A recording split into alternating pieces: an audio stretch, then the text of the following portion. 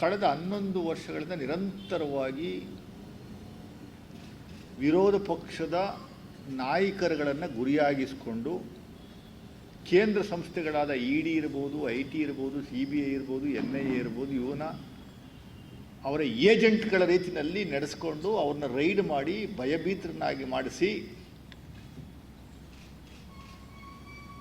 ಒಂದು ಭಯದ ವಾತಾವರಣ ಸೃಷ್ಟಿ ಮಾಡಿ ಅವರ ಪಾರ್ಟಿಗೆ ಸೇರಿದ್ರೆ ಆಟೋಮೆಟಿಕಲಿ ವಾಷಿಂಗ್ ಮೆಷಿನ್ನಾಗಿ ವಾಶ್ ಆಗಿ ಅವ್ರನ್ನ ಸೇರಿಸ್ಕೊಳ್ಳುವಂಥ ಒಂದು ವ್ಯವಸ್ಥೆ ಏನು ನಿರ್ಮಾಣ ಮಾಡ್ಕೊಂಡಿದ್ದಾರೆ. ಅದರ ಮುಂದುವರಿದ ಭಾಗವಾಗಿ ನಿನ್ನೆ ಬೆಳಗ್ಗೆಯಿಂದ ಕಂಟಿನ್ಯೂಸ್ ಆಗಿ ಡಾಕ್ಟರ್ G. ಪರಮೇಶ್ವರ್ ಅವರ ಸಂಸ್ಥೆಗಳ ಮೇಲೆ ಇಡಿಯವರು ರೈಡ್ ಮಾಡ್ತಾ ಇರುವಂಥದ್ದು ನಾವು ಕಾಣ್ತಾ ಇದ್ದೀವಿ.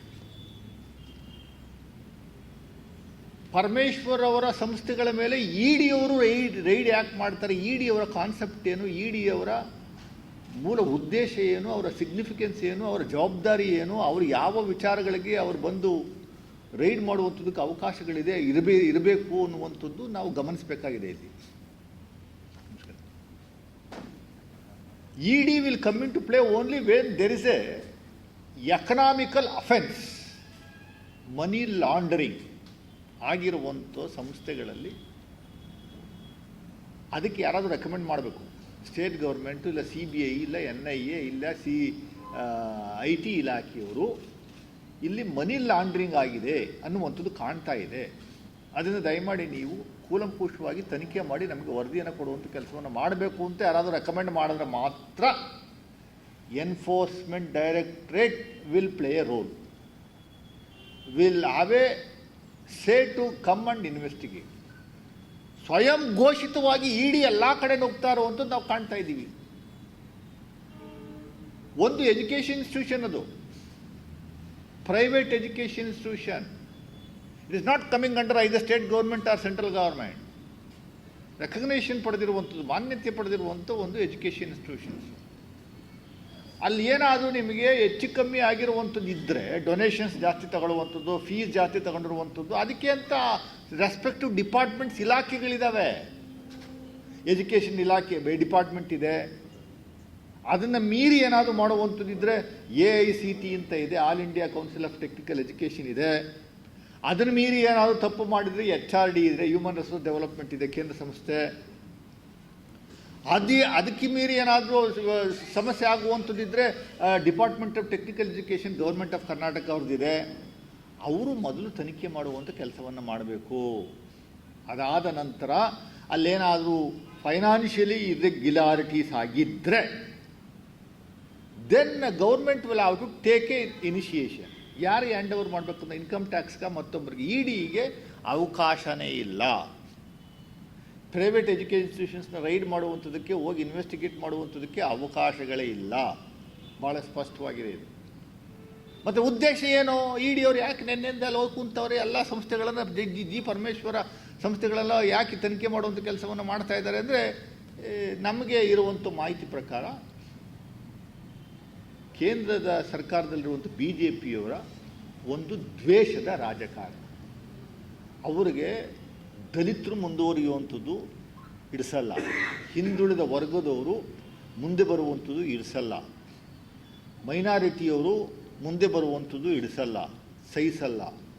ಆ ಹಿನ್ನೆಲೆಯಲ್ಲಿ they are targeting Dalit leaders, particularly in Karnataka, Dalit and backward leaders and minority communities.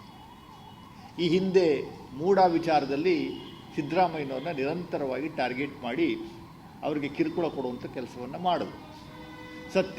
ಸತ್ಯಮೇವ ಜಯತೆ, ಸತ್ಯಕ್ಕೆ ಜಯ ಸಿಗುತ್ತೆ ಅನ್ನುವಂಥದ್ದಕ್ಕೆ ಸಿದ್ದರಾಮಯ್ಯನವ್ರದ್ದೇ ಉದಾಹರಣೆ. ಪ್ರಮುಖವಾಗಿ ಡಾಕ್ಟರ್ G. ಪರಮೇಶ್ವರ ಸಂಸ್ಥೆಗಳಿಗೆ ಕೆಟ್ಟ ಹೆಸರು ತರಬೇಕು, G. ಪರಮೇಶ್ವರ್ಗೆ ಕೆಟ್ಟ ಹೆಸರು ತರಬೇಕು ಅನ್ನುವಂಥದ್ದು ಏಕೈಕ ಉದ್ದೇಶ ಇಡಿಯವ್ರದ್ದಾಗಿದೆ ಅನ್ನುವಂಥದ್ದು ನೇರ ಆರೋಪವನ್ನು ನಾನು ಕಾಂಗ್ರೆಸ್ ಪಕ್ಷದ ವಕ್ತಾರನಾಗಿ ಮಾಡ್ತಾ ಇದ್ದೀನಿ. They are targeting Dalit leaders in Karnataka. ಇದು ನಿನ್ನೆ ಮೊನ್ನೆ ಹುಟ್ಟಿದಂಥ ಸಂಸ್ಥೆ ಅಲ್ಲ. ಕಳೆದ 67 ವರ್ಷದಿಂದ ನಿರಂತರವಾಗಿ ಅವ್ರ ತಂದೆ ಗಂಗಾಧರರವರು ದಮನೀಯ ಜನಾಂಗದವರಿಗೆ ಎಜುಕೇಷನ್ನ ಕೊಡುವಂಥ ಕೆಲಸವನ್ನು ಮಾಡ್ಕೊಂಬರ್ತಾ ಇರುವಂಥದ್ದು. Doctor G. ಪರಮೇಶ್ವರ್ ಅವರು ಅವರು ಕೈಗೆತ್ಕೊಂಡ ಮೇಲೆ, ಅವರು ಅವ್ರ ಬ್ರದರ್ಸ್ ಅವರು ಆ ಸಂಸ್ಥೆಯನ್ನು ಕೈಗೆತ್ಕೊಂಡ ಮೇಲೆ ವಿಸ್ತರಣೆ ಮಾಡಿದ್ದಾರೆ. They have expanded the institution.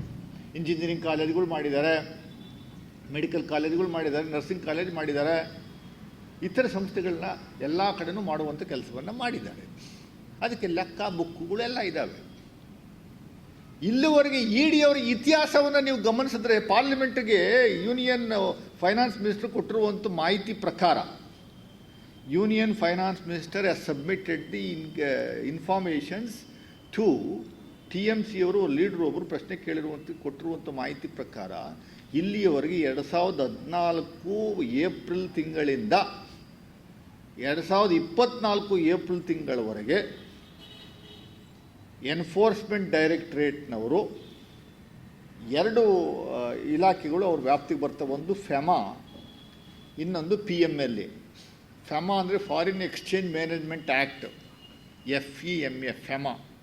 ಅದರ ಅಡಿನಲ್ಲಿ ದೇಶಾದ್ಯಂತ 24,893 ಕೇಸಸ್ನ ಈ ಫೆಮಾ ಅಡಿನಲ್ಲಿ ರಿಜಿಸ್ಟರ್ ಮಾಡಿದ್ದಾರೆ. PMLA ಮನಿ ಲ್ಯಾಂಡ್ರಿಂಗ್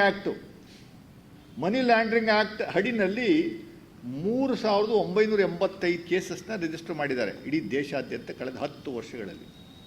ಒಟ್ಟು 28,878 ಕೇಸು. 28,878 ಕೇಸ್ಗಳನ್ನ ಇವರು ED ಅವರು ಇಲ್ಲಿಯವರೆಗೆ ರೈಡ್ ಮಾಡಿರುವಂಥದ್ದು. ಅದರಲ್ಲಿ ಚಾರ್ಜ್ ಶೀಟ್ ಮಾಡಿ ಪ್ರೂವ್ ಮಾಡುವಂಥದ್ದಕ್ಕೆ ಅವಕಾಶ ಸಿಕ್ಕಿದ್ದವ್ರಿಗೆ ಬರೀ 992 case. Only 992 cases are charge ಶೀಟ್ನ ಸಬ್ಮಿಟ್ ಮಾಡಿರುವಂಥದ್ದು. ಅವ್ರಿಗೆ ಸಿಕ್ಕಿರೋದು 28,878 ಕೇಸಲ್ಲಿ ಬರೀ 992 ಕೇಸಸ್ಗೆ ಮಾತ್ರ ಚಾರ್ಜ್ ಶೀಟ್ ಹಾಕುವಂಥದ್ದಕ್ಕೆ ಅವಕಾಶ ಆಗಿರುವಂಥದ್ದು. ಇಲ್ಲಿಯವರೆಗೆ ಕನ್ವಿಕ್ಷನ್ ಆಗಿರುವಂಥದ್ದು ಬರೀ 23. 28,878 ಕೇಸಲ್ಲಿ ಕನ್ವಿಕ್ಷನ್ ಮಾಡುವಂಥದ್ದಕ್ಕೆ ಅವಕಾಶ ಸಿಕ್ಕಿರುವಂಥದ್ದೇ ಬರೀ 23. Not even 1%, not even 0.1%. It is 0.079%. 0.079% ಅಂದರೆ ನೀವು ಲೆಕ್ಕ ಹಾಕೊಳ್ಳಿ ಇವರ ಯೋಗ್ಯತೆ ಏನು ಅನ್ನುವಂಥದ್ದು ಅರ್ಥ ಮಾಡ್ಕೊಳ್ಳಿ. 98% of the ED raided cases are all belonging to opposition parties.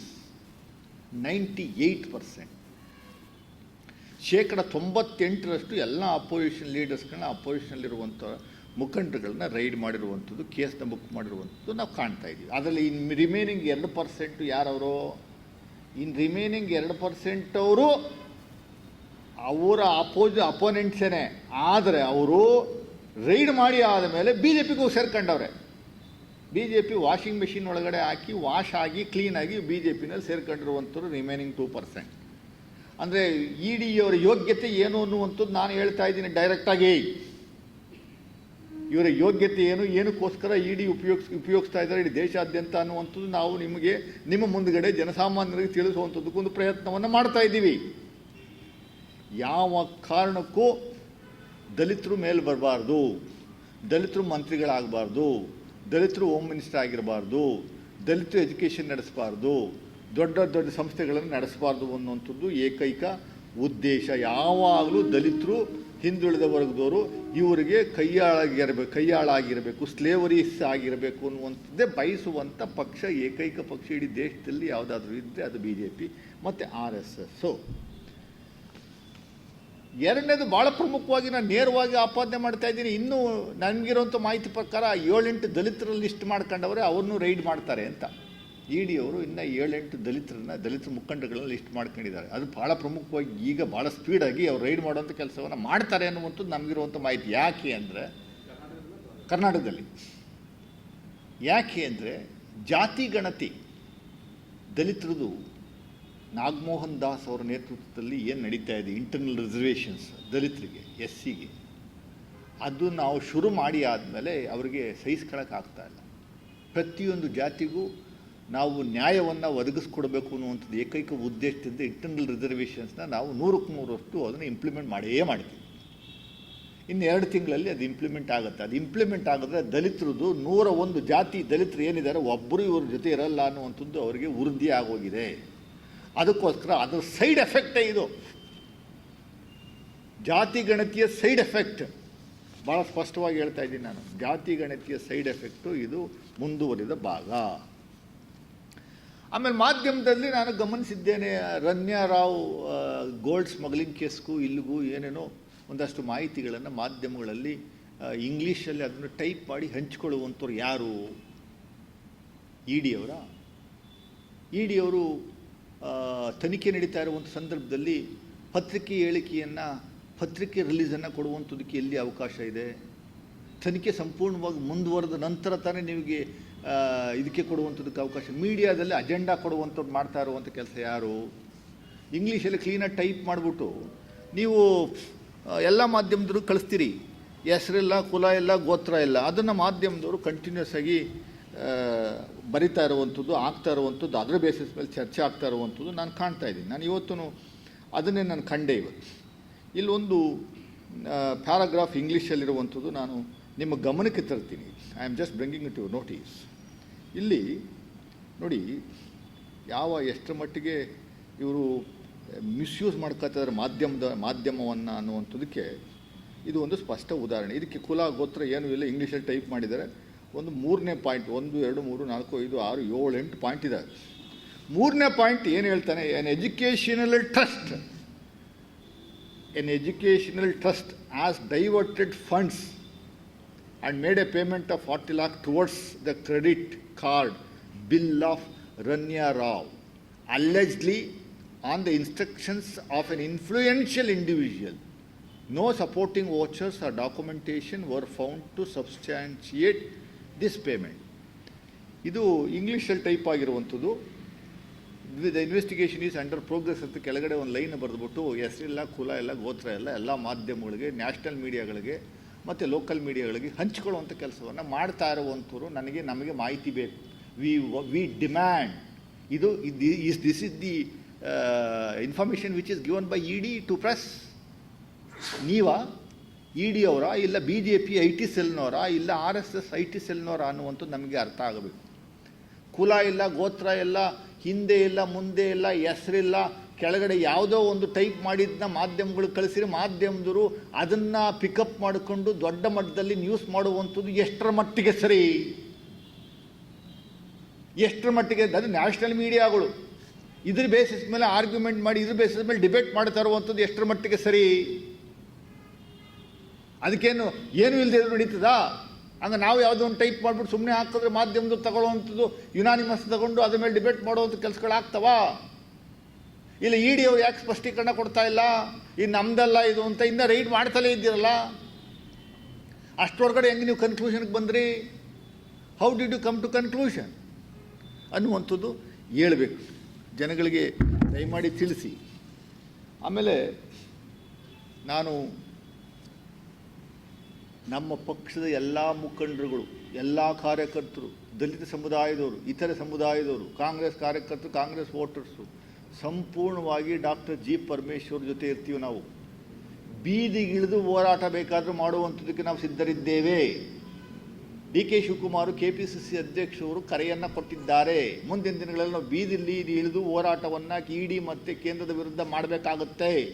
ಜನಗಳಿಗೆ ಇವರ ದ್ವೇಷದ ರಾಜಕಾರಣ ಹೇಗೇನು ಅಂತ, ದಲಿತರ ವಿರುದ್ಧ ಹೆಂಗೇನು ಅಂತ ತಿಳಿಸುವಂಥ ಕೆಲಸವನ್ನು ನಾವು ಮಾಡಬೇಕಾಗುತ್ತೆ ಅನ್ನುವಂಥದ್ದು ಅವರು ಕರೆಯನ್ನು ಕೊಟ್ಟಿದ್ದಾರೆ. ಮೊನ್ನೆ ಸಿದ್ದರಾಮಯ್ಯ ಸಾಹೇಬರು ಕೂಡ ಇದನ್ನೇ ಹೇಳಿದ್ದಾರೆ. ಮುಂದಿನ ದಿನಗಳಲ್ಲಿ ನಾವು ಕಾರ್ಯರೂಪವನ್ನು ಮಾಡಿ ಡೆಫಿನೆಟಾಗಿ ಹೋರಾಟವನ್ನು ಮಾಡುವಂಥ ಕೆಲಸವನ್ನು ನಾವು ಮಾಡ್ತೀವಿ. ಎರಡನೇ ವಿಚಾರ,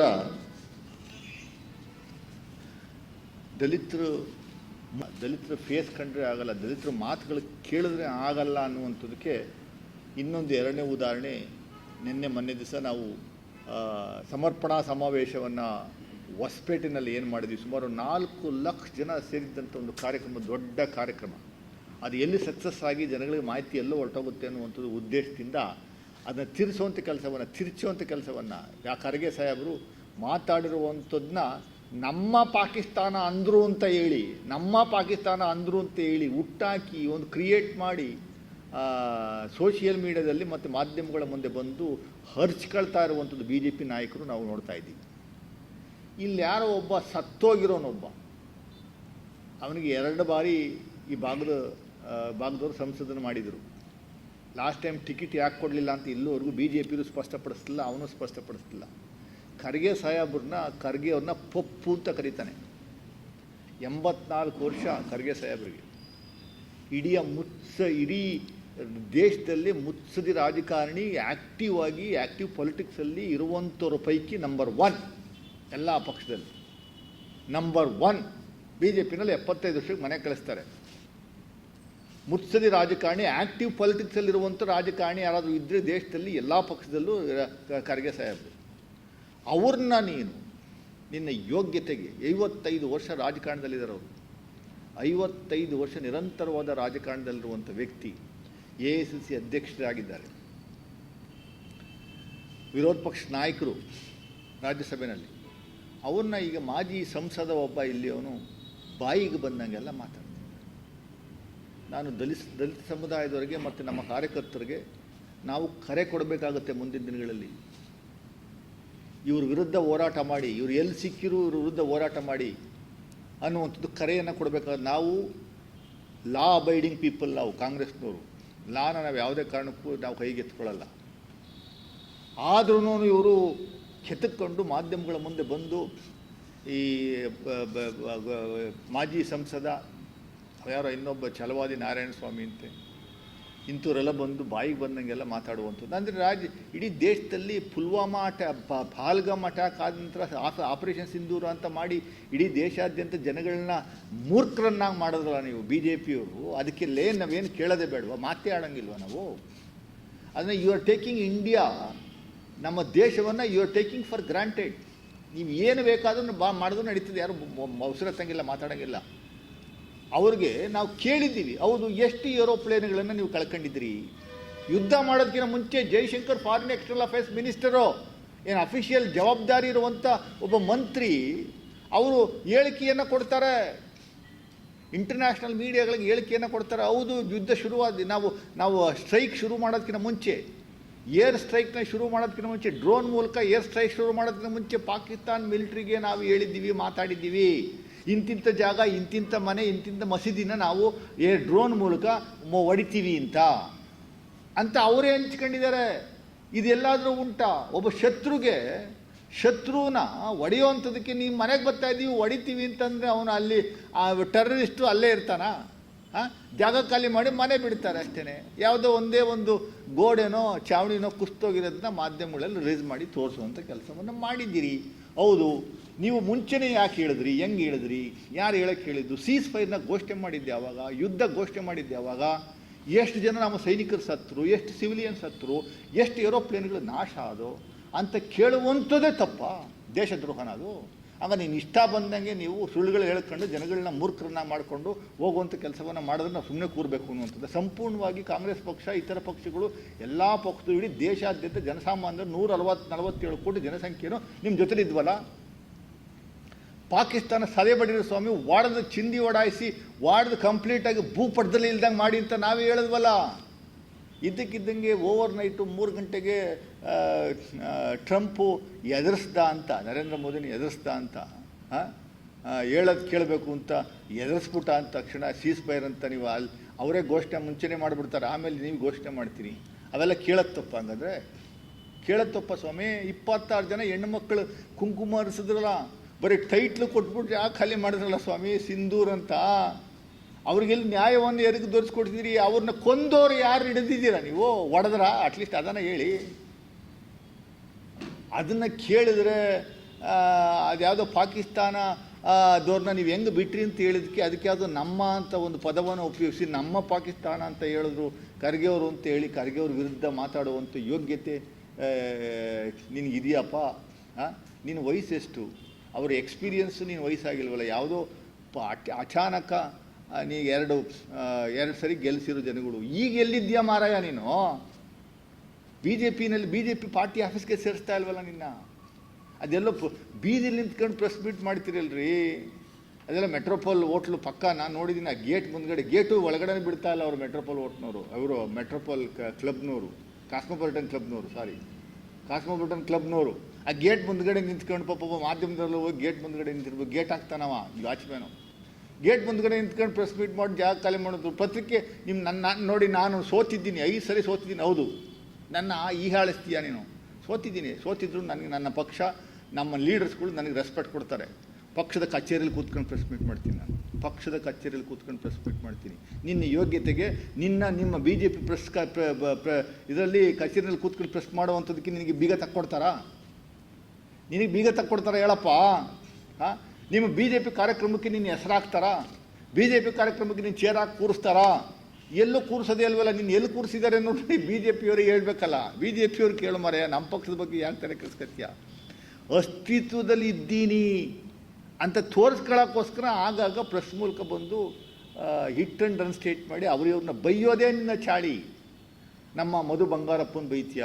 ಮಧು ಬಂಗಾರಪ್ಪ ಹಿಂದುಳಿದ ನಾಯಕ ಲೀಡ್ರು. ಅವ್ರ ತಂದೆ ಚೀಫ್ ಮಿನಿಸ್ಟರ್ ಆಗಿದ್ದರು, ಈಗ ಎಜುಕೇಷನ್ ಮಿನಿಸ್ಟ್ರಲ್ಲಿ ಇವು ಎಂತೆಂಥೋ ಬದಲಾವಣೆಗೆ ತಂದವರು ಅವರು. ಎಂತೆಂಥ ಬದಲಾವಣೆ!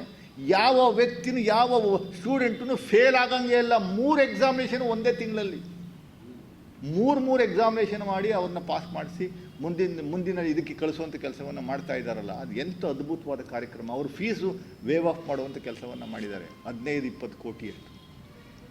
ಅಂಥ ದೊಡ್ಡ ಲೀಡ್ರು ಮಧು ಬಂಗಾರಪ್ಪ. ಅವನ್ನ ಅನ್ಪಾಡ್ ಅಂತೀಯ ನೀನು. ಆಯ್ತಪ್ಪ, ನಿಂದು ಕ್ವಾಲಿಫಿಕೇಷನ್ ಏನು? ಎಲ್ಲಿ ಡಬಲ್ ಡಿಗ್ರಿ ಮಾಡಿದೆ? ಯಾವಾಗ ಓದಿ? ಎಲ್ಲಿ ಸರ್ಟಿಫಿಕೇಟು? ಅದೆಲ್ಲ ಪಾರ್ಲಿಮೆಂಟಲ್ಲಿ ಇದನ್ನು ಸ್ಮೋಕ್ ಬಾಂಬ್ ಹಾಕ್ಸೋಕ್ಕೆ ಪಾಸ್ ಕೊಟ್ಬಿಟ್ಟು ಕರ್ಕೊಂಡೋಗಿ ಬಿಟ್ಟಲ್ಲಪ್ಪ. ಅದು ಏನಾಯಿತು ಕೇಸದು? ಅದು ದೇಶದ್ರೋಹ ಅಲ್ವಾ? ಅದು ದೇಶದ್ರೋಹ ಅಲ್ಲ. ಮಲ್ಲಿಕಾರ್ಜುನ ಖರ್ಗೆ ಸಾಹೇಬರು ಪ್ರಶ್ನೆ ಕೇಳಿದ್ರೆ ದೇಶದ್ರೋಹ, ನಾವು ಮಾತಾಡಿದ್ರೆ ದೇಶದ್ರೋಹ, ಸಿದ್ದರಾಮಯ್ಯನವರು ಮಾತಾಡಿದ್ರೆ ದೇಶದ್ರೋಹ, ಪ್ರಶ್ನೆ ಕೇಳಿದ್ರೆ ದೇಶದ್ರೋಹ. ನಿಮ್ಮ ಭಕ್ತರು 2 ರೂಪಾಯಿ ಭಕ್ತರು ಮೆಸೇಜ್ ಹಾಕ್ತಾರೆ ಇದರಲ್ಲಿ, ಸೋಷಿಯಲ್ ಮೀಡಿಯಾದಲ್ಲಿ ನಮ್ಮನ್ನು ವಿರುದ್ಧವಾಗಿ ಭಯಂಕರವಾಗಿ ಬೈದು ಹಾಕ್ತಾರೆ. ಅವರೆಲ್ಲ ನಮಗೆ 2 ರೂಪಾಯಿ ಭಕ್ತರು. ಒಂದು ಮೆಸೇಜ್ ಹಾಕಿದ್ರೆ 2 ರೂಪಾಯಿ ಕೊಡ್ತಾರಂತೆ ಬಿ ಜೆ ಪಿಯವರು. ಅದಕ್ಕೆ ಮೆಸೇಜ್ ಹಾಕಿ ಕೂತ್ಕೊಳ್ಳೋದು, ಬಾಯಿಗೆ ಬಂದಂಗೆಲ್ಲ ಮೆಸೇಜ್ ಹಾಕುವಂಥದ್ದು. ಆಮೇಲೆ ನೀವು 300-400 ಜನ ಇಟ್ಕೊಂಡಿದ್ದೀರಿ. ಯಾವಾಗ ಈಗ ನಾನು ಮಾತಾಡ್ತಿದ್ದಂಗೆ ಮೆಸೇಜು ತಗೋ ಪಟ ಪಟ ಪಟ ಪಟ ನನ್ನ ವಿರುದ್ಧ. ಅದು ನೋಡಿದ್ರೆ ನಮಗೆ ಡಿಸ್ಕಸ್ಟ್ ಆಗ್ಬಿಟ್ಟು ಇನ್ನು ಪ್ರೆಸ್ ಮೀಟೇ ಮಾಡಬಾರ್ದು, ನಾನು ಬಿ ಜೆ ಪಿ ವಿರುದ್ಧ ಮಾತಾಡಬಾರ್ದು ಅನ್ನುವಂಥ ಪರಿಸ್ಥಿತಿ ನಿರ್ಮಾಣ ಆಗಬೇಕು ಅನ್ನುವಂಥದ್ದು ಉದ್ದೇಶ. ಅದರಿಂದ ಅವನು ಛಲವಾದಿ ನಾರಾಯಣ ಸ್ವಾಮಿನೂ ಅವ್ರ ಚಡ್ಡಿಗಳನ್ನ ಒರೆಸೋದಕ್ಕೋಸ್ಕರ MLC ಮಾಡಿದ್ರು. ಈಗೆಲ್ಲ ವಿರೋಧ ಪಕ್ಷ ನಾಯಕ ಮಾಡಿದ್ದಾರೆ. ಅವ್ರನ್ನ ಪ್ರಿಯಾಂಕ್ ಖರ್ಗೆನ ನಾಯಿ ಅಂತ ಕರಿತಾನೆ ಮನುಷ್ಯ. ನಾಯಿ ಅಂತ ಕರಿತಾನೆ. ನಮ್ಮ ಕಾರ್ಯಕರ್ತರು ನಾವು ಹೇಳಬೇಕು, ಅವನು ಎಲ್ಲಿ ಬಂದರೂ ಅವನು ಬಿಡಬೇಡಿ ನೀವು ಅಂತ, ಮುತ್ತಿಗೆ ಹಾಕಿ ಅವನಿಗೆ ಅಂತ. ಎಲ್ಲಿ ಬಂದರೂ ಬಿಡಬೇಡಿ, ಅವನು ಮುತ್ತಿಗೆ ಹಾಕಿ ಗೆರೋ ಮಾಡಿ ಈ ಬಿ ಜೆ ಪಿಯವ್ರಿಗೆ ಅಂತ ಹೇಳುವಂಥ ಕೆಲಸನ ಮುಂದಿನ ದಿನಗಳಲ್ಲಿ ಮಾಡಬೇಕಾಗ್ತದೆ. ನಾವು ಸೌಜನ್ಯದಿಂದ ಬಹಳ ತಾಳ್ಮೆಯಿಂದ ಕಾರ್ಯಕರ್ತರು ದಲಿತ ಸಮುದಾಯದವರು ಸುಮ್ಮನೆ ಇದ್ದೀವಿ. ಇದರಿಂದ ಅತಿ ಆಗೋಯ್ತು, ನಿಮ್ಮದು ಬಹಳ ಅತಿ ಆಯಿತು. ದಲಿತರು ಟಾರ್ಗೆಟ್ ಮಾಡುವಂಥದ್ದು, ಹಿಂದುಳಿದ ವರ್ಗದವ್ರನ್ನ ಟಾರ್ಗೆಟ್ ಮಾಡುವಂಥದ್ದು, ಮುಸ್ಲಿಮ್ಸ್ನ ಟಾರ್ಗೆಟ್ ಮಾಡುವಂಥದ್ದು ಅದು ಇರುವಂಥ ಸಂಗತಿ. ನಿಮಗೆ ಮುಸ್ಲಿಮ್ಸು ಪಾಕಿಸ್ತಾನ ಇಲ್ಲ ಅಂದರೆ ಬಿ ಜೆ ಪಿ ಇಲ್ಲ ರೀ. ಯಾವ ಕಾರಣಕ್ಕೂ ಬಿ ಜೆ ಪಿ ಎಕ್ಸಿಸ್ಟೆನ್ಸ್ ಇರಲ್ಲ. ಅವನು ಮುಸ್ಲಿಮ್ಸ್ನ ತೋರಿಸಿ, ಪಾಕಿಸ್ತಾನದ ತೋರಿಸಿ, ಹಿಂದೂಗಳನ್ನ ಕನ್ಸಲ್ಟೇಟ್ ಮಾಡಿ ವೋಟ್ ಹಾಕುವಂಥ ಒಂದು ವ್ಯವಸ್ಥೆ ನಿರ್ಮಾಣ ಮಾಡ್ಕೊಂಡಿದ್ದೀರಿ ಅಷ್ಟೇ. ಮುಸ್ಲಿಮ್ಸ್ ಇಲ್ಲ, ಪಾಕಿಸ್ತಾನ ಇಲ್ಲ ಅನ್ನುವಂಥದ್ದಿದ್ರೆ ಬಿ ಜೆ ಪಿನೇ ಇರಲ್ಲ, 3 ಸೀಟ್ ಬರಲ್ಲ. ಆ ಥರ ಒಂದು ವ್ಯವಸ್ಥೆ ಅವ್ರನ್ನ ಇಟ್ಕೊಂಡೇ ಇರ್ತೀರಿ ನೀವು ಯಾವಾಗಲೂ. ಸೊ ಇದರಿಂದ ನಿಮ್ಮ ಯೋಗ್ಯತೆ ಅನ್ನುವಂಥದ್ದು ಜನಗಳಿಗೆ ದಯಮಾಡಿ ಹೇಳಿ. ಅಲ್ಲಲ್ಲೇ ಅವಾಗವಾಗ ಪ್ರೆಸ್ ಮೀಟ್ ಮಾಡುವಂಥದ್ದನ್ನ ಬಿಡಿ ಸರ್. ಹೌದು, ನಾನು ನೇರವಾಗಿ ಹೇಳ್ತಾ ಇದ್ದೀನಿ, ಪ್ರೂವ್ ಮಾಡ್ತೀನಿ. ಯಾವ ಹಂತದಲ್ಲಿ ಬೇಕಾದ್ರೂ ಪ್ರೂವ್ ಮಾಡ್ತೀನಿ. ಮುಸ್ಲಿಮ್ಸು ಮತ್ತು ಪಾಕಿಸ್ತಾನ ಅನ್ನುವಂಥದ್ದು ಇವೆರಡು ಪದಗಳಿಲ್ಲ ಅಂದರೆ ಬಿ ಜೆ ಪಿಯವರು ಅಸ್ತಿತ್ವದಲ್ಲೇ ಇರಲ್ಲ. ಯಾವತ್ತಾದರೂ ಇವರ ಡೆವಲಪ್ಮೆಂಟಲ್ ಪ್ರೋಗ್ರಾಮ್ ಇಂಥ ಕಾರ್ಯಕ್ರಮ ನಾವು ಕೊಟ್ಟಿದ್ದೀವಿ ಅಂತ ಹೇಳಿ ವೋಟನ್ನು ಕೇಳಿದಾರ? 11 ವರ್ಷ ಆಯಿತು. ಇಡೀ ದೇಶದಲ್ಲಿ ಯಾವುದೋ ಒಂದು ಡ್ಯಾಮ್ ನಿರ್ಮಾಣ ಮಾಡಿದ್ದಾರೆ? ದಯಮಾಡಿ ಹೇಳಕ್ಕೆ ಹೇಳಿ. ಒಂದೇ ಒಂದು ಡ್ಯಾಮ್. ರೈತರ ಪರ ಇಲ್ಲ ಇವರು, ಮಹಿಳೆಯರ ಪರ ಇಲ್ಲ, ಮಕ್ಕಳ ಪರ ಇಲ್ಲ, ಆದಿವಾಸಿಗಳ ಪರ ಇಲ್ಲ, ದಲಿತರ ಪರ ಇಲ್ಲ. ಅದು ವಿರುದ್ಧ. ಅಂಬೇಡ್ಕರ್ ಅವನ್ನೇ ಅವಮಾನ ಮಾಡಿದ್ದಂಥ ವ್ಯಕ್ತಿ ಅಮಿತ್ ಶಾ ಪಾರ್ಲಿಮೆಂಟಲ್ಲಿ.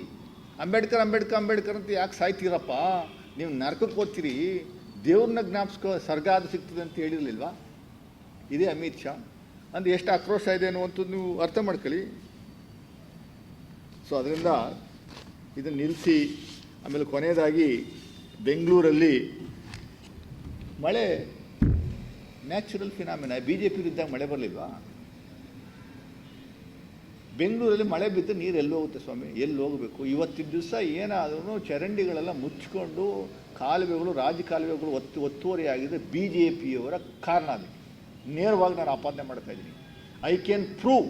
ನಿಮ್ಮದು ಕಳೆದ 4 ವರ್ಷದ ರೂಲಿಂಗ್ 2019ರಿಂದ 2023, ಆಮೇಲೆ ಹಿಂದೆ 2008ರಿಂದ 2013ವರೆಗೂ ಮಾಡಿದಂಥ ರೂಲಿಂಗಿಂದ ಇಡೀ ಬೆಂಗಳೂರನ್ನು ಅರ್ಧ ನೀವು ಮಾರ್ಬಿಟ್ರಿ ನೀವು ಬೆಂಗಳೂರನ್ನ ಎಲ್ಲ ಸಂಪೂರ್ಣವಾಗಿ ನಾಶ ಮಾಡಿ ಹೊರಟೋಗಿದ್ದೀರಾ. ಈಗ ಒಂದೊಂದೇ ರಿಪೇರಿ ಮಾಡುವಂಥ ಕೆಲಸವನ್ನು ನಾವು ಮಾಡ್ತಾಯಿದ್ವಿ. ಯಾವುದೋ ಲೋ ಲೇಯಿಂಗ್ ಏರಿಯಾದಲ್ಲಿ ನೀರು ನಿಂತ್ಕೊಳ್ಳುವಂಥದ್ದು ಸಹಜ ಪ್ರಕ್ರಿಯೆ ಅದು.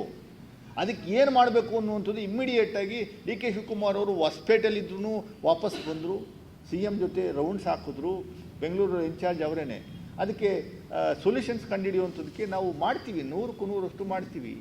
ಸ್ಮಾರ್ಟ್ ಸಿಟಿ ಅಡಿನಲ್ಲಿ ಎಲ್ಲ ಅಗದಿದ್ದೀರಿ, ಅದು ಸಮಸ್ಯೆ ಆಗಿದೆ. ಒಂದು ಹನಿ ನೀರು ಬಂದರೆ ಒಂದೇ ಒಂದು ಹನಿ ಕೆಳಗಡೆ ಹೋಗೋಕ್ಕೆ ಅವಕಾಶ, ಎಲ್ಲ ಪೂರ್ತಿ ಕಾಂಕ್ರೀಟ್ ಜಂಗಲ್ ಆಗೋಗಿದೆ. ಅಲ್ಲಿ ಒಂದೇ ಒಂದು ಹನಿ ಕೆಳಗಡೆ ಭೂಮಿ ಒಳಗಡೆ ಹೋಗೋಕ್ಕೆ ಅವಕಾಶ ಇಲ್ಲ.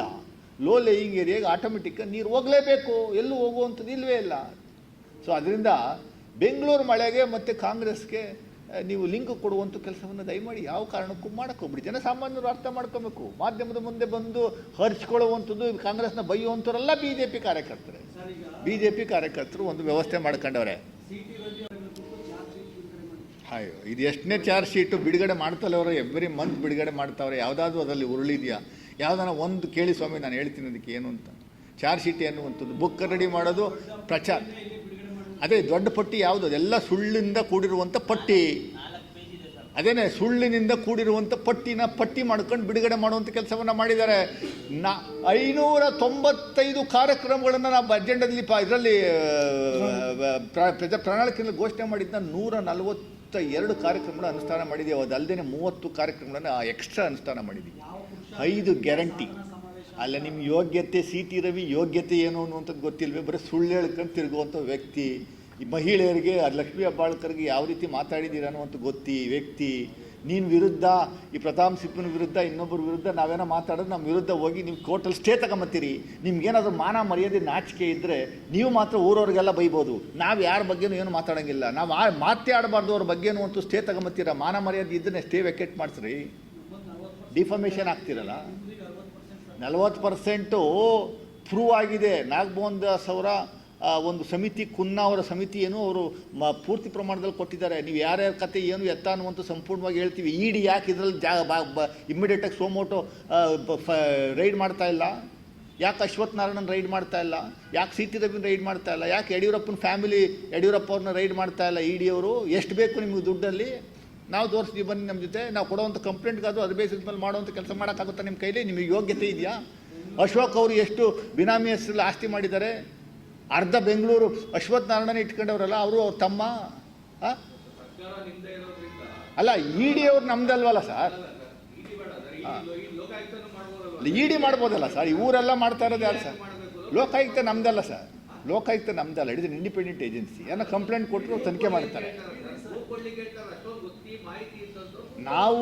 ನಾವು ನಮ್ಮ ಸರ್ಕಾರದ ವತಿಯಿಂದ SIT ರಚನೆ ಮಾಡಿ ಏನು ವರದಿನ ತಗೋಬೇಕು ಅದು ತಗೊಳ್ಳುವಂಥ ಕೆಲಸವನ್ನು ಮಾಡಿದ್ದೀವಿ. ಅದಕ್ಕೆ ಫರ್ದರ್ ಏನು ಮಾಡಬೇಕು ಅನ್ನುವಂಥದ್ದು ಮಾಡ್ತೀವಿ.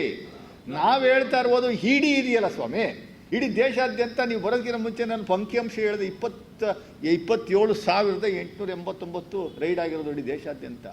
ಅದರಲ್ಲಿ ಕೇಸ್ ಪ್ರೂವ್ ಆಗಿರುವಂಥದ್ದು, ಕನ್ವಿಕ್ಷನ್ ಆಗಿರೋದು ಬರೀ 23, 0.079%. ಇಡಿ ಅವರು ಡಾಕ್ಟರ್ ಜಿ ಪರಮೇಶ್ವರ ಸಂಸ್ಥೆಗೆ ಹೋಗಿ ಅಲ್ಲಿ ಹುಡುಕುವಂಥದ್ದು ಏನಿದೆ ಅನ್ನುವಂಥದ್ದು ಕೇಳ್ತಾ ಇದ್ದೆ. ನೀವು ತಾವು ಸ್ವಲ್ಪ ತಡವಾಗಿ ಬಂದ್ರಿ, ಪಾಪ. ಬಂದಿದ್ರೆ ಅವಾಗಲೇ ಸುಮಾರು ಪ್ರಶ್ನೆಗಳು ನೀವು ಕೇಳ್ತಿದ್ರಿ ನನಗೆ.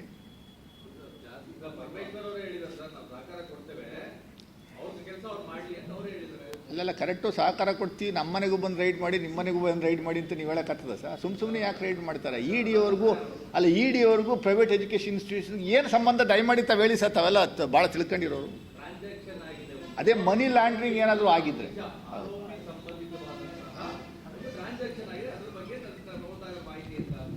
ಆರೋಪಿಗೆ ಸಂಬಂಧಪಟ್ಟಿರುವಂಥದ್ದು, ಊರಲ್ಲಿರುವಂಥ ಆರೋಪಿಗಳಿಗೆ ಸಂಬಂಧಪಟ್ಟಿರುವಂಥದ್ದು ಯಾವುದಾದ್ರು ಒಂದು ಲಿಂಕ್ ತಗೊಂಡು ಅಲ್ಲಿ ಬರುವಂಥ ಕೆಲಸವನ್ನು ಮಾಡಿಬಿಟ್ರೆ ಹೆಂಗೆ ಸ್ವಾಮಿ ಇದು ನೀವು? ಅಯ್ಯೋ, ಇಡಿಯವರೆಗೂ ಪ್ರೈವೇಟ್ ಇನ್ಸ್ಟಿಟ್ಯೂಷನ್ಸ್ಗೆ ಏನು ಸಂಬಂಧ? ಇಡಿಯವರ ಕಾರ್ಯವೈಖರಿ ಏನು ಅನ್ನುವಂಥದ್ದು ತಮಗೆ ಚೆನ್ನಾಗಿ ಗೊತ್ತಿದೆಯಲ್ಲ. ED will come in to play only if recommendation is done by either by CBI or by state government ಅನ್ನುವಂಥದ್ದು ಇದೆಯಲ್ಲ ಸ್ಪಷ್ಟವಾಗಿ. ಸ್ವಯಂ ಪ್ರೇರಿತವಾಗಿ ಇಡಿ ಹೋಗಿ ತನಿಖೆ ಮಾಡುವಂಥದ್ದಕ್ಕೆ ಅವಕಾಶ ಇದೆಯಾ? ನಿಮ್ಮ ಮನೆ ಒಳಗಡೆ ನುಗ್ಗಕ್ಕೆ ಇಡಿಯವ್ರಿಗೆ ಅವಕಾಶ ಇದೆಯಾ? ನಮ್ಮ ಮನೆ ಒಳಗಡೆ ನುಗ್ಗಕ್ಕೆ ಅವಕಾಶ ಇದೆಯಾ?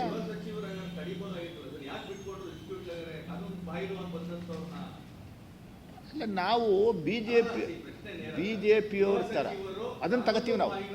ಲೀಗಲ್ ಕೋರ್ಸ್ ಆಫ್ ಆ್ಯಕ್ಷನ್ನಲ್ಲಿ ಅದನ್ನು ಪ್ರಶ್ನೆ ಮಾಡ್ತೀವಿ.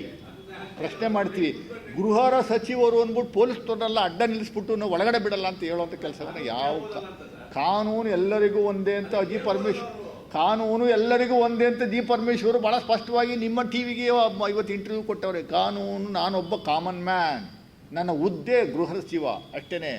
ನಾನು ಕಾಮನ್ ಮ್ಯಾನ್ಗೆ ಯಾವ ರೀತಿ ಪಾಲನೆ ಮಾಡ್ತೀನಿ ನನಗೂ ಅದನ್ನೇ ಫಾಲೋ ಮಾಡ್ತೀನಿ. ನಾವು ಮಿಸ್ಯೂಸ್ ಮಾಡ್ಕೊಳ್ಳೋಂಥ ಕೆಲಸವನ್ನು ಮಾಡಲ್ಲ.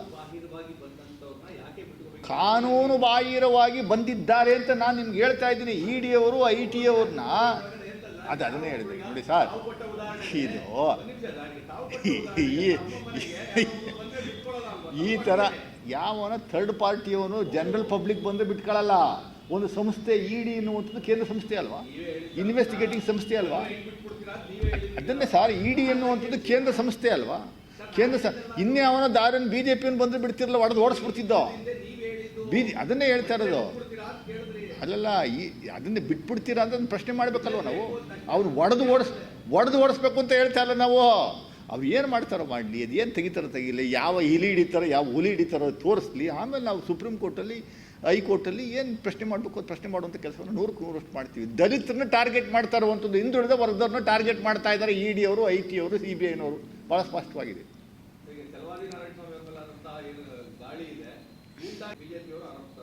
ಚಲವಾದಿ ನಾರಾಯಣ ಸ್ವಾಮಿ ಮೇಲೆ ದಾಳಿನೇ ನಡೆದಿಲ್ಲ. ನಾವು ನ್ಯಾಯಯುತವಾಗಿ ಗೇಟ್ ಮುಂದ್ಗಡೆ ಸ್ಟ್ರೈಕ್ ಮಾಡಿದ್ದೀವಿ, ಕ್ಷಮೆ ಕೇಳಬೇಕು ಅಂತ. ಅದು ದಾಳಿನಾ? ಅಲ್ಲ, ದಾಳಿನ ಯಾರೋ ನೀರು ಎರಚಿದ್ರು, ಅವನೇ ಎರಚ್ಕೊಂಡು ನೀಲಿ ಬಣ್ಣ ಎರಚಿದಾನೆ ಅನ್ನುವಂಥದ್ದು ಹೇಳ್ಕೊಂಡು ಅದು ದಾಳಿನ? ಅದು ಆಸಿಡ್ಡ? ಅದು ಏನು ಸರ್ ಇದು? ಈ ಥರ BJPಯವರು ಜನಗಳನ್ನ ದಿಕ್ಕು ತಪ್ಪಿಸುವಂಥ ಕೆಲಸವನ್ನು ನಾಯಿಗೆ ಹೋಲಿಸ್ಬೋದಾ ಪ್ರಿಯಾಂಕ ಖರ್ಗೆಯವ್ರನ್ನವರು? ಹೇಳಿ ಸರ್, ತಾವೇನೆ ನಾಯಿ ಎನ್ಬೋದಾ? ಗಾದೆ ಮಾತಾ ನೋಡಿ ಹಿಂಗೆ ತಿರುಗಿಸ್ತೀರಾ. ಅಯ್ಯೋ, ಭಾಳ ಸ್ಪಷ್ಟವಾಗಿ ನೀವೇ ಉತ್ತರ ಕೊಡ್ತೀವಿ. ನಾವೇನು ಮಾಡಲಿ? ನಾಯಿ ಯಾರು ಅಂತ ನಿಮ್ಮ ಪತ್ರಕರ್ತರ ಕೇಳಿದ ಪ್ರಶ್ನೆಗೆ ಉತ್ತರ ಕೊಟ್ಟಿರುವಂಥದ್ದು ಪ್ರಿಯಾಂಕ ಖರ್ಗೆ ನಾಯಿ ಅಂತ ಹೇಳಿರೋದು. ಗಾದೆನಾ ಅದು? ಹಂಗಾದ್ರೆ ಏನು ಬೇಕಾದ್ರೆ ಮಾಡ್ಬಿಟ್ಟು ವಿಷಾದ ವ್ಯಕ್ತಪಡಿಸ್ಬಿಟ್ಟು ಸುಮ್ಮನೆ ಬಿಡೋದಾ? ಅಲ್ಲ, ಅದು ಕರೆಕ್ಟು. ಕೋರ್ಟ್ ಡೆಫಾಮೇಷನ್ ಹಾಕಿರೋದು ಸೆಕೆಂಡ್ರಿ. ಈಗ ನೀವು ದಾಳಿ ಆಗಿದೆ ಅಂದರೆ ಹೋಗಿ ಕಂಪ್ಲೇಂಟ್ ಕೊಡಲಿ. ಅಲ್ಲಲ್ಲ, ದಾಳಿ ಆಗಿದೆ ಅಂದರೆ ಹೋಗಿ ಕಂಪ್ಲೇಂಟ್ ಕೊಡಲಿ, ಕೋರ್ಟ್ಗೆ ಹೋಗಲಿ, ಕೊಡಲಿ, ದಯಮಾಡಿ ಕೊಡಿಸಿ. ಕೋರ್ಟ್ಗೆ ಹೋಗಲಿ, CBI ಕರೆಸಿ, ED ಕರೆಸಿ, ಇವೆಲ್ಲ ಮಾಡಲಿ, ಏನು ತೊಂದರೆ ಇಲ್ಲ, ನಾವೇ ಹೆದರ್ಕೊಳ್ಳಲ್ಲ. ನೋಡಿ ಸರ್, ಅದು ಪರ್ಟಿಕ್ಯುಲರಾಗಿ ಹೇಳುವಂಥದ್ದಿಲ್ಲ. ಜನರಲ್ಲಾಗಿ ಹೇಳಿ ಪಾಸಿಂಗ್ ರಿಮಾರ್ಕಲ್ಲಿದ್ದರೆ ನಾವು ತಲೆ ಕೆಡಿಸ್ಕೊತಿರಲಿಲ್ಲ. ಪರ್ಟಿಕ್ಯುಲರಾಗಿ ನಿಮ್ಮ ಪತ್ರಕರ್ತರ ಕೇಳ್ತಾರೆ ನಾಯಿ ಯಾರು ಅಂತ, ಗಿರಿ ಯಾವುದು, ನಾಯಿ ಯಾವುದು ಅಂತ ಕೇಳಿದಾಗ ನಾಯಿ ಪ್ರಿಯಾಂಕ ಖರ್ಗೆ ಅಂತ ಓಪನ್ ಆಗಿ ಹೇಳ್ತಾರೆ ಅವರು.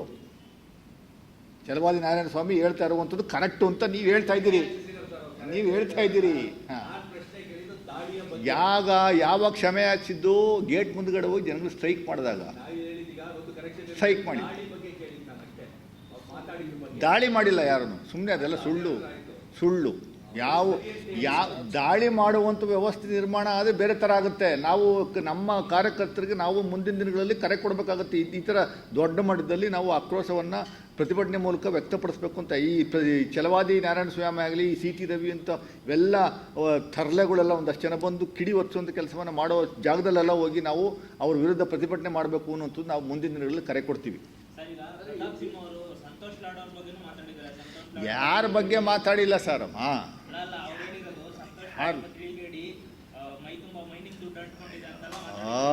ಮೊದಲು ಇವನು ಕಿಡಿಗೇಡಿ, ಇವನು ಊರಲ್ಲೆಲ್ಲ ಆಸ್ತಿ ಎಲ್ಲೆಲ್ಲ ಮಾಡಿದ್ದಾರೆ ಅನ್ನುವಂಥದ್ದು ಫಸ್ಟ್ ಪಟ್ಟಿ ಬಿಡುಗಡೆ ಮಾಡಿ ಸರ್. ಆ ಸಕಲೇಶ್ವರ ರೆಸಾರ್ಟ್ ನಿರ್ಮಾಣ ಮಾಡ್ತಾ ಇರುವಂಥದ್ದು ಜನಗಳು ಹೇಳ್ತಾ ಇದ್ದಾರೆ, ನಾವಲ್ಲ. ಮೈಸೂರು ಬೆಂಗಳೂರು ಎಕ್ಸ್ಪ್ರೆಸ್ನಲ್ಲಿ 150 ಕೋಟಿ ದುಡ್ಡು ಹೊಡೆದವನೇ ಅಂತ ಅವ್ನು ಯಾರು ಸೋಮಶೇಖರ್ ಅಂತ ಮಂಡ್ಯದವರು ಅಪರ್ಣೆ ಮಾಡಲಿಲ್ಲ. ಅದು ಉತ್ತರ ಕೊಟ್ಟರೆ ಅವರು. ಅದೆಲ್ಲ ವೀರಾಜಪೇಟೆ ಅಸೆಂಬ್ಲಿ ಕಾನ್ಸ್ಟಿಟ್ಯೂನ್ಸಿನಲ್ಲಿ ನಮ್ಮ ಪೊನ್ನಣ್ಣವರಿದ್ದಾರೆ, ಅವ್ರ ಹತ್ರ ಬೇಕಾದ್ರೆ ಮಾಹಿತಿ ದಯಮಾಡಿ ತಗೊಳ್ಳಿ. 380 ಎಕರೆ ಎಸ್ಟೇಟ್ ಮಾಡಿ, ಕಾಫಿ ಎಸ್ಟೇಟ್ ಮಾಡವ್ರೆ ಅಂತ ಜನಗಳು ಮಾತಾಡ್ತಾವ್ರೆ ಅವರು. ಅದೆಲ್ಲ ಒಂದು ಅಷ್ಟೆಲ್ಲ ಮಾಹಿತಿ ಕೊಡಲಿ ಇವರು. ನೆಕ್ಸ್ಟ್ ದಯಮಾಡಿ ಹೋಗಿ ಕೇಳಿದಾಗ ಈ ಥರ ಇದು ಹೇಳ್ತಿದ್ರು ಅಂತೇಳಿ ಆಗ ನನ್ನ ಮೇಲೆ ಬೀಳ್ತಾನವ, ನನ್ನ ಮೇಲೆ ಹೇಳ್ತಾನೆ 5 ಸರಿ ಸೋತವನು ಅವನೇ ಅಂತಾನೆ. 5 ಸರಿ ಸೋತಿರೋನು ಅವನ ಬಗ್ಗೆ ಏನು ಕೇಳ್ತಿರ್ರಿ ಅಂತಾನೆ. ಆಯ್ತಪ್ಪ, 5 ಸರಿ ಸೋತಿದ್ದೀವಿ ನಾವು, ಅದು ಜನಗಳ ಮಧ್ಯೆ ಇದ್ದೀವಿ, ಆದರೂ ಪಕ್ಷ ನಮಗೆ ರೆಸ್ಪೆಕ್ಟ್ ಕೊಡುತ್ತೆ. ನಮ್ಮ ಪಕ್ಷ, ನಮ್ಮ ಮುಖಂಡರುಗಳು ನಮಗೆ ರೆಸ್ಪೆಕ್ಟ್ ಕೊಡ್ತಾರೆ, ಪಕ್ಕದಲ್ಲಿ ಕೂತ್ಕೋತಾರೆ, ಬಲಕ್ಸ್ಕೊಂಡು ಬನ್ನಿ ಅಂತಾರೆ. ನಿನಗೆ ಯಾವ ಸ್ಟೇಜಲ್ಲಿ ಇಟ್ಟವ್ರೆ? 2 ಸರಿ ಸೋತಿರೋ ವ್ಯಕ್ತಿ ಅಲ್ವಾ, ನಿನಗೆ ಟಿಕೆಟ್ ಯಾಕೆ ಕೊಡಲಿಲ್ಲ? ದಯಮಾಡಿ ಹೇಳ ಮಾರಯ್ಯ. ನಿಮ್ಮ ಪಾರ್ಟಿ ಕಚೇರಿಗೆ ಸೇರಿಸ್ತಾ ಇಲ್ವಲ್ಲ? ಪ್ರೆಸ್ ಮೀಟ್ ನಿಮ್ಮ ಪಾರ್ಟಿ ಆಫೀಸಲ್ಲಿ ಮಾಡೋಕ್ಕೆ ಹೇಳಿ ನೋಡೋಣ. BJP ಪಾರ್ಟಿ ಆಫೀಸಲ್ಲಿ ಒಬ್ಬ XMP ಅಲ್ವಾ ಸರ್? ಪಾರ್ಟಿ ಆಫೀಸಲ್ಲಿ ಒಂದು ಪ್ರೆಸ್ ಮೀಟ್ ಮಾಡೋಕ್ಕೆ ಹೇಳಿ ಸರ್ ನೋಡೋಣ. ಕಾಸ್ಮೋಪಾಲಿಟನ್ ಕ್ಲಬ್ ಗೇಟ್ ಮುಂದ್ಗಡೆ ಬಂದು ಯಾವಾಗಲೂ ಯಾಕೆ ಪ್ರೆಸ್ ಮೀಟ್ ಮಾಡ್ತಾವ್ರೆ? ದಯಮಾಡಿ ಹೇಳಿ. ನಿಮಗೆ ನಿಮ್ಮ ಪ್ಲೇಸೇ ಇಲ್ಲ ಅಲ್ಲಿ, ಮುಗಿದು ಓಡಿಸ್ಬಿಟ್ಟವ್ರೆ. ಯತ್ನಾಳ್ ಥರ ಯತ್ನಾಳಿಗೆ ಅಫಿಷಿಯಲಾಗಿ ಕಿತ್ತಾಕ್ಯವ್ರೆ. ಯತ್ನಾಳ್ ಹತ್ರ ಹೋಗಿ ಗುರ್ತಿಸ್ಕೊಂಡಿದ್ರಲ್ಲ ಸ್ವಾಮಿ, ಪಟ್ಟಂತ ಈಗ ಬಂದು ಇಲ್ಲಿ ವಿಜೇಂದ್ರ ಬಂದು ಅವ್ರಿಗೆ ಕಾಲಿಗೆ ಬೀಳ್ತೀರಿ. ನೀ ಸಿ ಈಸ್ ಎ ಚಿಲ್ಡ್ರೆ ಪೊಲಿಟಿಷಿಯನ್. ಅವ್ರಿಗೆಲ್ಲ ನಾವು ಉತ್ತರನೇ ಕೊಡುವಂಥದ್ದು ಹೋಗಬಾರ್ದು. Is most uncultured person. Is there only for ಪಬ್ಲಿಸಿಟಿಗೋಸ್ಕರ. ಯಾರನ್ನ ಬೈದ್ರಿ ಅದು ಕ್ಯಾಚಿ ಆಗುತ್ತೆ ಮೀಡಿಯಾ ಅಂತ ಅಷ್ಟೇ. ಮೀಡಿಯಾ ಕ್ಯಾಚಿ ಆಗುತ್ತೆ, ಬೇರೆಯವ್ರಿಗೆ ಖರ್ಗೆಯವ್ರಿಗೆ ಬೈದ್ರೆ ಕ್ಯಾಚಿ ಆಗುತ್ತೆ, ದೊಡ್ಡವ್ರಿಗೆ ಬೈದ್ರೆ ಕ್ಯಾಚಿ ಆಗುತ್ತೆ ಅಂತ ಪಬ್ಲಿಸಿಟಿಗೋಸ್ಕರ ಅಷ್ಟೇ. ಅವು ಎಲ್ಲ ಯಾರು ರೀ? Is a useless fellow. ಪಾರ್ಟಿನೇ ಕಿತ್ತು ಬಿಸಾಕಿದೆ ಅವ್ರನ್ನ, ಅವ್ರ ಪಾರ್ಟಿನೇ ಕಿತ್ತು ಬಿಸಾಕಿದ್ದಾರೆ.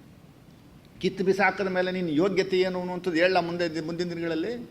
DK ಶಿವಕುಮಾರ್ ಮನೆಗೆ ಹೋಗಿರ್ಲಿಲ್ವಾ? ಹೇಳ್ಬೇಕಾ?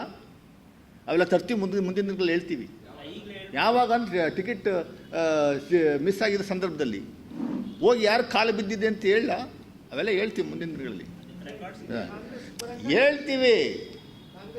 ಯಾಕೆ ಅಂತ ಅವನ್ನೇ ಕೇಳಿ. ಪರ್ಸನ್ ಸ್ವಾಮಿ ಇವನು ಯಾವ ಮನೆ ಒಳಗಡೆ ಬಿಟ್ಕೊಳ್ಳಲ್ಲ ನೀವು, ನಾವು ಕರೆಸ್ತೀವ ಅದಕ್ಕೆ ಯಾಕೆ ಅಂತ ಕೇಳಿ ಹೇಳಿ. CCTV ಕ್ಯಾಮ್ರಾ ಇದೆಯಲ್ಲ ನಮ್ಮಲ್ಲಿ, ಹೋಗಿ ಎಷ್ಟೊತ್ತು ನಿಂತಿದ್ದಂತ ಹೇಳ, ರಾತ್ರಿ 12 ಗಂಟೆ. ಹಾಂ, DK ಸಾಹೇಬ್ರನ್ನ ಕೇಳೋಣ ಇವನು ಬಂದಿದ್ದ ಇಲ್ವಾ ಅಂತ. ಎಲ್ಲ ಈಗ ಮಾತಾಡೋದು ಬೇಡ, ಸುಮ್ಮನೆ ಇವೆಲ್ಲ ನಾಟಕಗಳು ಬಿಟ್ಬಿಡ್ಬೇಕು ಇವರು. Yes sir, ship sir.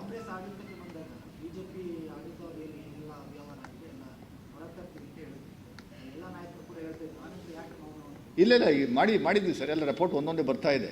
ಕರೆಕ್ಟಾಗಿ ಲೀಗಲಾಗಿ ನಾವು ಅವನ್ನ ಸಿಕ್ಕಾಕ್ಸ್ಕೊಬೇಕು ಅಂದರೆ ಪ್ರೂಫ್ ಸಮೇತ ಹಿಡಿಬೇಕು ಅನ್ನುವಂಥ ಉದ್ದೇಶ. ಒಟ್ಟು 4 ಸಮಿತಿಗಳನ್ನು ಮಾಡಿದ್ದೀವಿ.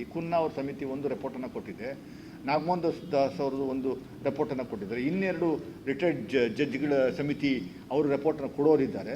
100ಕ್ಕೂ 100ರಷ್ಟು ನಾವು ಆಗಸ್ಟ್ ತಿಂಗಳ ಒಳಗಡೆ ಏನೆಲ್ಲ ಕ್ರಮವನ್ನು ವಹಿಸಬೇಕು, ಪರ್ಟಿಕ್ಯುಲರಾಗಿ ಈ ಕೋವಿಡ್ ಸಂದರ್ಭದಲ್ಲಿ ಎಷ್ಟು ಕೋಟಿಯಷ್ಟು ಹಣವನ್ನು ಹಗರಣ ಮಾಡಿದ್ದಾರೆ ಅವೆಲ್ಲ ಮಾಹಿತಿಯನ್ನು ಪ್ರೂಫ್ ಸಮೇತ ಸಿಕ್ಕಿದೆ ನಮಗೆ. ಒದ್ದು ಒಳಗಡೆ ಹಾಕುವಂಥ ಕೆಲಸವನ್ನು 100ಕ್ಕೂ 100ರಷ್ಟು ಮಾಡೇ ಮಾಡ್ತೀವಿ. ಅದರಲ್ಲೇನು ಸಂಶಯ ಬೇಡ ದಯಮಾಡಿ. 7-8 ಜನ ದಲಿತ ಲೀಡರಲ್ಲಿ ಲಿಸ್ಟ್ ಮಾಡಿ ಇಟ್ಕೊಂಡವ್ರೆ ನಮ್ಮ ರಾಜ್ಯದಲ್ಲಿ. ಅಲ್ಲೆಲ್ಲ ಸಚಿವರಿದ್ದಾರೆ, ಭಾಳ ಪ್ರಭಾವಿ ಶಾಸಕರಿದ್ದಾರೆ. ದಲಿತರನ್ನ ಇದು ಮಾಡಬೇಕು, ಬ್ಲ್ಯಾಕ್ ಮೇಲ್ ಮಾಡ್ತಾವ್ರೆ. ಕೆಲವು ದಲಿತರನ್ನ ನಮ್ಮ ಪಾರ್ಟಿಗೆ ಬನ್ನಿ ಅಂತ ಆಹ್ವಾನ ಕೊಡುವಂಥದ್ದು, ಎದುರಿಸುವಂಥ ಕೆಲಸವನ್ನು ಮಾಡ್ತಾ ಇದ್ದಾರೆ ಅನ್ನುವಂಥ ನಮಗಿರುವಂಥ ಮಾಹಿತಿ. ಕೆಲವು ದಲಿತರನ್ನ ನೀವು ಇಲ್ಲಿಗೆ ಬಂದರೆ ನಾವು ನಿಮ್ಮನ್ನು ವಾಷಿಂಗ್ ಮೆಷಿನ್ ಹಾಕ್ಬಿಟ್ಟು ಕ್ಲೀನಾಗಿ ಐರನ್ ಮಾಡಿಬಿಟ್ಬಿಡ್ತೀವಿ, ನೀವು ಈ ಕಡೆ ಬನ್ನಿ ಅಂತ ಹೇಳ್ತಾ ಇದ್ದಾರೆ. ನಿಮ್ಮ ಮೇಲೆ ಎಷ್ಟು ಕೇಸ್ಗಳವೋ ಕೇಸನ್ನು ಬುಕ್ ಮಾಡೋವಂಥ ಕೆಲಸವನ್ನು ಮಾಡ್ತೀವಿ, ಅದನ್ನು ಸಂಪೂರ್ಣವಾಗಿ ಮನ್ನಾ ಮಾಡ್ತೀವಿ, ಈ ಕಡೆ ಬರಬೇಕು ಅಂತ ಹೇಳ್ತಾ ಇದ್ದಾರೆ. ಸತ್ಯ ಇದು. ಅಲ್ಲ, ಮಾಹಿತಿ ನಮ್ಮ ಹತ್ರ ಇರುತ್ತೆ ಸರ್. ಎಲ್ಲಿಂದ ಮಾಹಿತಿ ಬಂತು ಅಂದರೆ ನಮ್ಮ ಲೀಡರ್ಸ್ಗಳು ನಮ್ಗೆ ಹೇಳಲ್ವಾ ಪಕ್ಷದಲ್ಲಿ. ಅಲ್ಲೆಲ್ಲ ಈಗ ಮಾಹಿತಿ ರಾಮಣ್ಣವರು ಒಂದು ಮೆಸೇಜ್ನ ಕಳಿಸಿದೆ ನಾನು, ಎಲ್ಲ ಮೀಡಿಯಾದವ್ರಿಗೂ ಬಂದಿದೆ. ಇದು 5-6 ಪಾಯಿಂಟ್ನ ಮಾಡಿ ಒಂದು ಮೆಸೇಜ್ನ ಕಳಿಸಿದ್ದಾರೆ. ಯಾರು ಕಳಿಸಿದ್ದಾರೆ ಇದನ್ನು? ED ಹೆಸರಿಲ್ಲ, ಯಾರ ಹೆಸರಿಲ್ಲ, ಕುಲ ಇಲ್ಲ, ಗೋತ್ರ ಇಲ್ಲ. ED is under progress. ED ಅವರು ಒಂದೇ ಒಂದು ಪಾಯಿಂಟ್ನ ಮತ್ತೆ ಇನ್ನೊಂದು ಸರಿ ಹೇಳ್ತೀನಿ, ಪಾಪ ನೀವು ಕೊನೆಯಲ್ಲಿ ಬಂದ್ರಿ, ಇದಕ್ಕೊಂದು ನೀವು ಉತ್ತರ ಕೊಡ್ತೀರಿ ಅಂತ ಅಂದ್ಕೊಂಡಿದ್ದೀನಿ ನಾನು. An educational trust has diverted funds and made a payment of 40 lakhs towards the credit card bill of Ranya Rao allegedly on the instructions of an influential individual.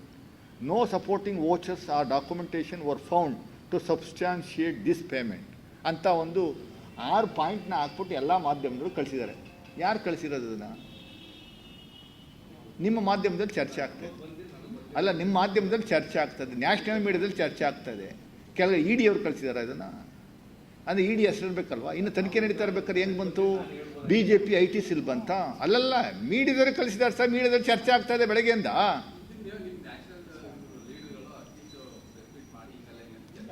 ಮಾಡ್ತಾರೆ. ಲೋಕಲ್ ಏನಿಲ್ಲ ಸರ್, ಇಲ್ಲಿ ಮಾಡಿದ್ದು ಇಡೀ ದೇಶಕ್ಕೆ ಹೋಗಲ್ವೇ?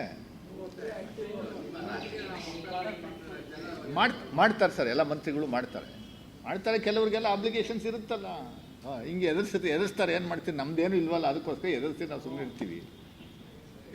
ನಮ್ಮನ್ನೇನು ಎದುರಿಸೋಕ್ಕಾಗಲ್ವಲ್ಲ. ಇನ್ನೇನೇನೋ ಒಂದು ಅಷ್ಟುಗಳಿರ್ತವೆ. ನಮ್ಮವರು ಭಾಳ ಕೇರ್ಫುಲ್ಲಾಗಿ ಡಿಫೆನ್ಸಿವ್ ಆಡೋವಂಥ ಕೆಲಸಗಳು ಮಾಡ್ತೀವಿ. ಏನು ಮಾಡ್ತೀವಿ. Thank you sir.